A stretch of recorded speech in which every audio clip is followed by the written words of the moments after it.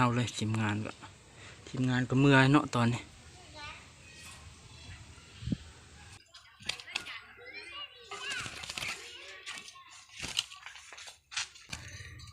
ไวขนาดเนาะ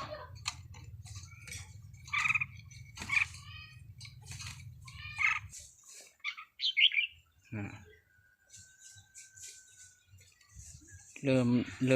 มเป็นงานแล้วนกต่อเขาตัวนี้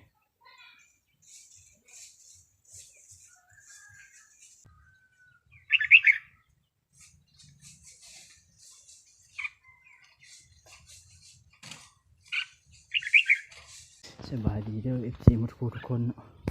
วันนี้ว่าสิไปแฝกนกฝาก FC เฮาตัวนี้แหละนกทีมงานเขาเนาะเป็นนกทีมงานออกไปฝากคนส่งเขาอันนั้นเนาะเขาปิดมือนี่แบ่งเด้อตัวนี้เด้อทุกคนเด้อนี่นกทีมงานเอามาไม่ไหม้เอามาไปส่งบ่มีรถขนส่งบ่มีรถออกเนาะเอามาก็มาปะเฮือนเฮาเลยทีมงานก็เมื่อยเนาะตอนนี้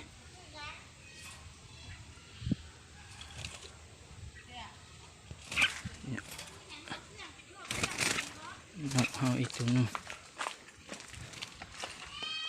ตัวนี้เมื่อเช้านี่มาตัวหนึ่งนกนะ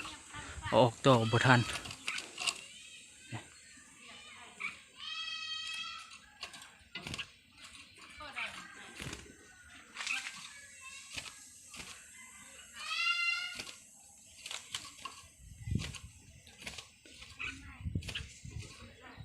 ใครสนใจก็ทักแชทเข้ามาได้เนาะทุกคนเนาะ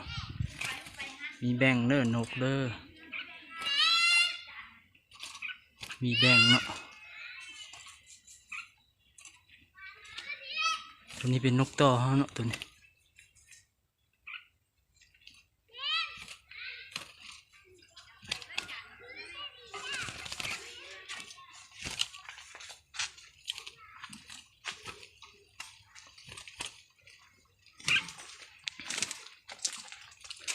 โอ้น้ำหมดน้ำนกเอาหมดเลยน้ำนกเอาหมด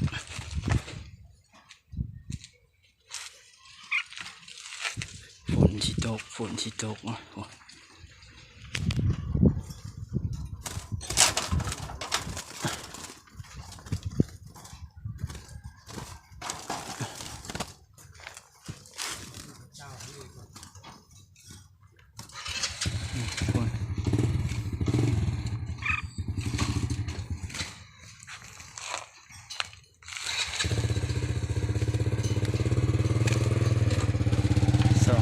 สองตัวสิแบ่งตัวนั้นเนาะ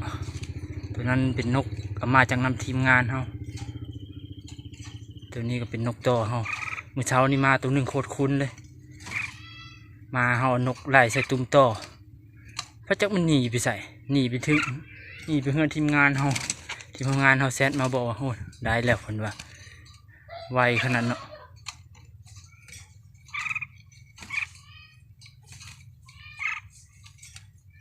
เนี่ยถ้าใครสนใจก็เนาะทุกคนเนาะติดต่อมาได้คอมเมนต์ใต้คลิปได้เนาะคอมเมนต์ใต้คลิปมาได้เด้อทุกคน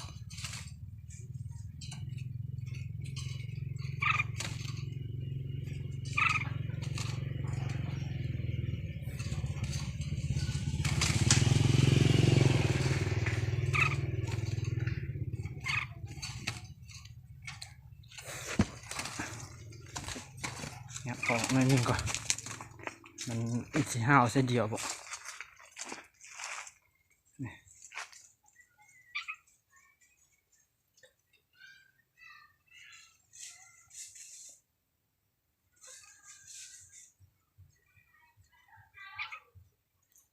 นกต่อเฮาไว้กี่ฮะ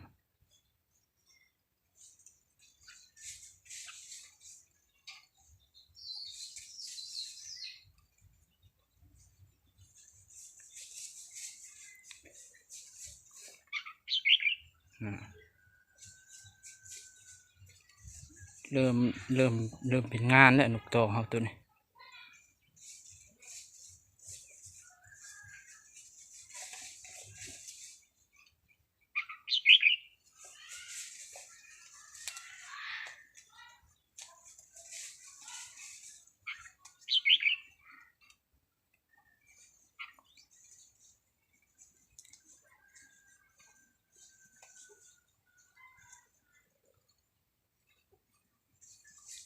เบิ่งจากเขาสิเอาแท้บ่คนว่าสิเอานกฮะ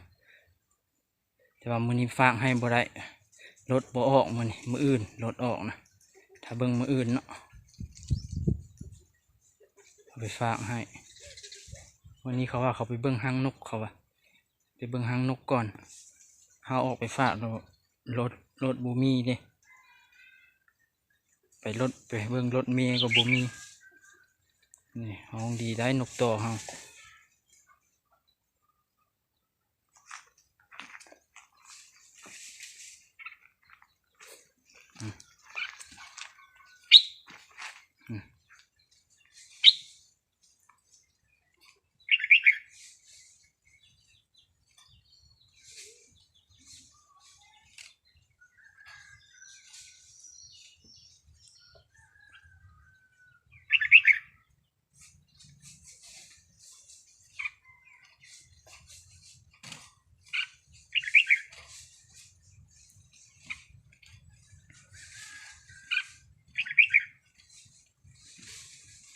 มันบูมีตัวคู่มันโดนเลยหาก็เอานกทีมงานหาก็ออกจากแก๊สนะ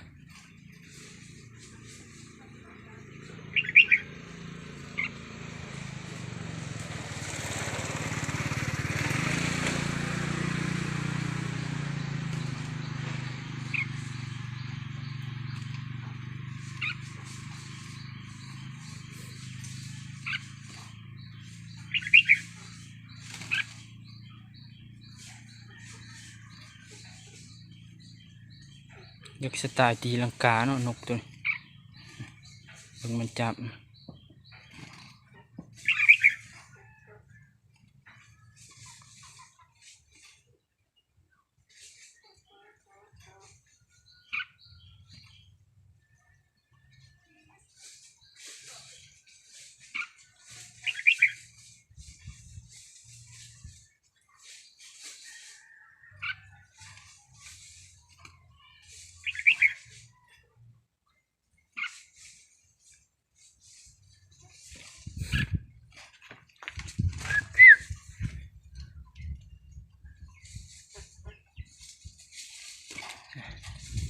นกเฮานิ่งกว่าเนาะนกเฮาคุ้นกว่า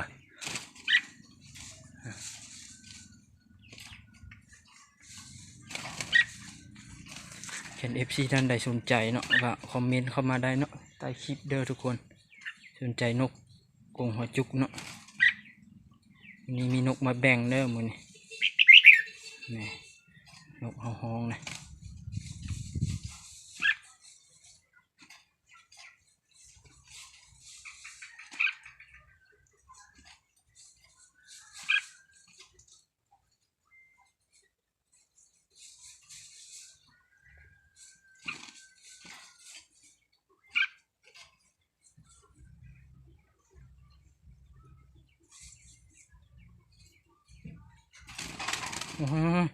ไม่เห็นเฮงแท้ตัวนี้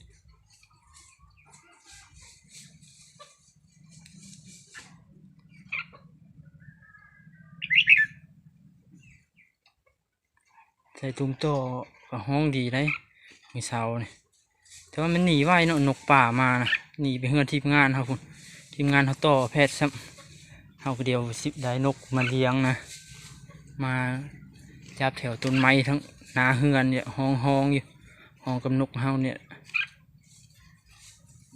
บ้านเขาไล่นกใส่พเนียดต่อเนาะนี่แพทย์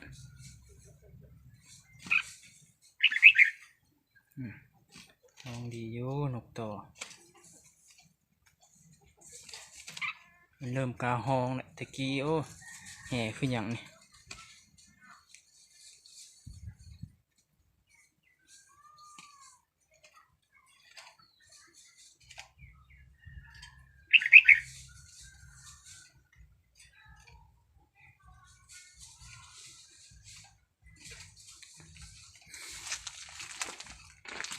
เราก็ธรรมดาเนาะทุกคนความแห่มันนกเฮาเริ่มคุ้นแล้วอีกปีหนึ่งเนาะปีปลายก็เริ่มมีแววคุ้นๆเนี่ยอันนี้หาก็ได้3 เดือน2-3 เดือน3 เดือนปลายเนาะอย่างเก่งก็3 เดือนปลาย